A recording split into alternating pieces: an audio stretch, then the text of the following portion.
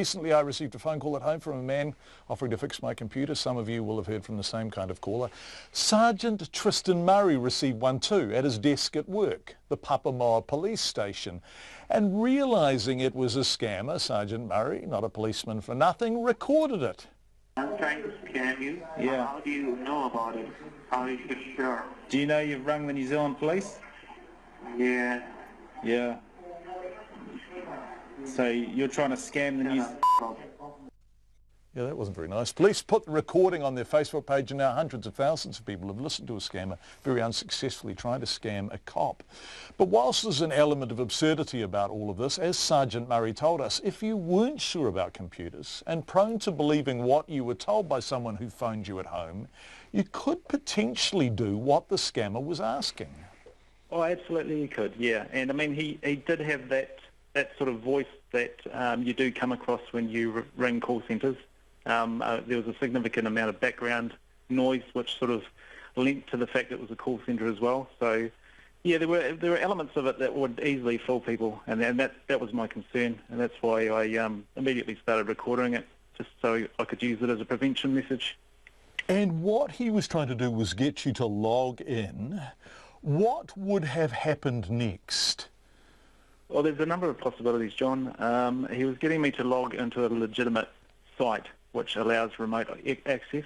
So it's not a site that the scammers are running. It's a genuine site which allows you to remote access other people's computers. And then from there, it's anyone's guess what he may have done. He may have infected the computer with a virus and then held me to ransom to clean up that virus, or he might have locked the computer, you know, with the same goal in mind, that I pay him money to have my computer unlocked. Or he might even genuinely put a virus in there, clean it up, and then say, hey, I need your credit card details, seeing as I've cleaned up your computer, and then cleaned out your credit card. Or likewise with your bank account. You know, you could go into your bank account online while he's watching, and they have software which can see what keys you push, you know, for your passwords, etc., and they can clean you out that way. So really there's a heck of a lot of different ways that they can rip you off. So if you just followed that one instruction to go to the address he gave you, then potentially he was in your computer. It's that simple. Potentially he was, yes. And so the message is, when in doubt, hang up. Absolutely. Absolutely it is. Yep. You know, getting phone calls from a stranger trying to do anything of such nature and trying to remotely access your computer, or trying to solicit any of your personal details, you know, warning bells should start to ring, and you should discontinue the call immediately. Yeah. I guess, though, there will be people who aren't very familiar with the ways of computer companies, right? And they might think, isn't that nice? You know, Microsoft are giving me a call. There will be people who are vulnerable to these kind of approaches.